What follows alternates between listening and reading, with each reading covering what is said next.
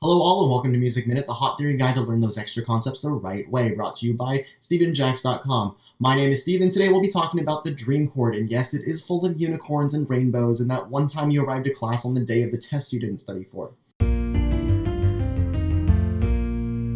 So the Dream Chord is really not a traditional chord. Sure, you can play it without having to detune your piano, but what I mean is that it really isn't a common chord like major or minor. In fact, it steps out of the bounds allowed by even most jazz theory. Let's see how to make one. First off, the chord needs a root. Let's choose C. Everyone likes C. Then we need a fourth, a tritone, and a fifth above it. This gives us F, F sharp or G flat, and G. The tritone name really doesn't matter. The Dream Chord sounds like this.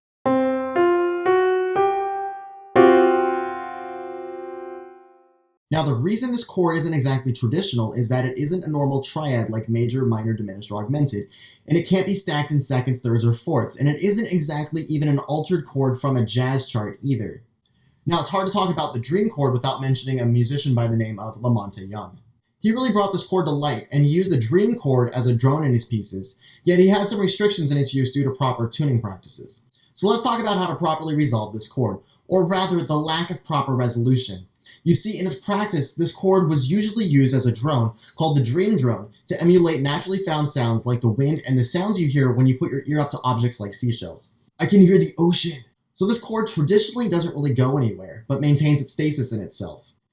But there has to be more than just drones that this chord can be used for, right? I'm of the belief that this chord, like all other clusters of notes, can be transposed, inverted, and rearranged as long as the pitch classes and the relationships between those pitch classes are preserved. First up, I use this chord in a simple Alberti bass line. Check this out.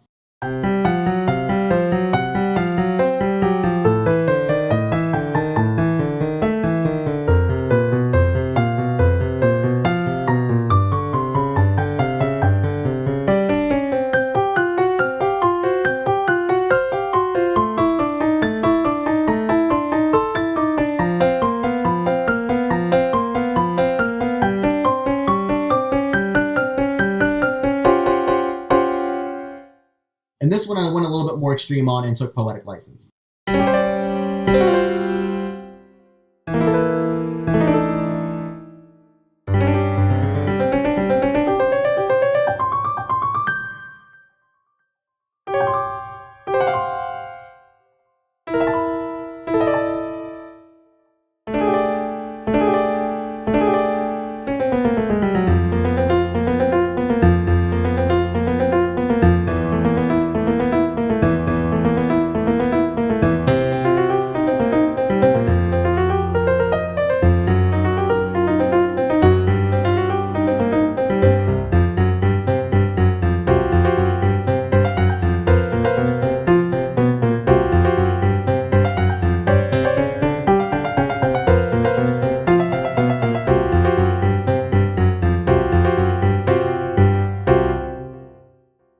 Thanks for watching this week's episode of Music Minute. If you have any comments or questions, or if you have an idea for a future episode, or if you just enjoy dreaming about chords as much as I do, you can let me know on Facebook, the comments below, or directly email me on my website, StevenJax.com. And don't forget to subscribe for more Music Minutes. All this talk about the Dream Chord is reminding me I gotta take a nap.